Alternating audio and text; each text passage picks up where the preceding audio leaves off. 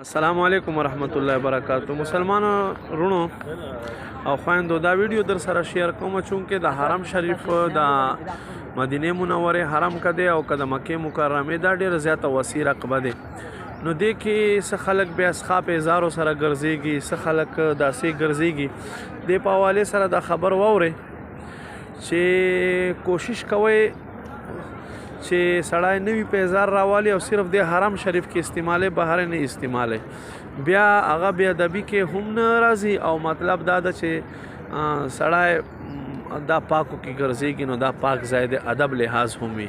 ښه خبر خدا دی چې سړی خپلو سه ګرځي خو هغه کې سړی خپې ستړی کېږي نو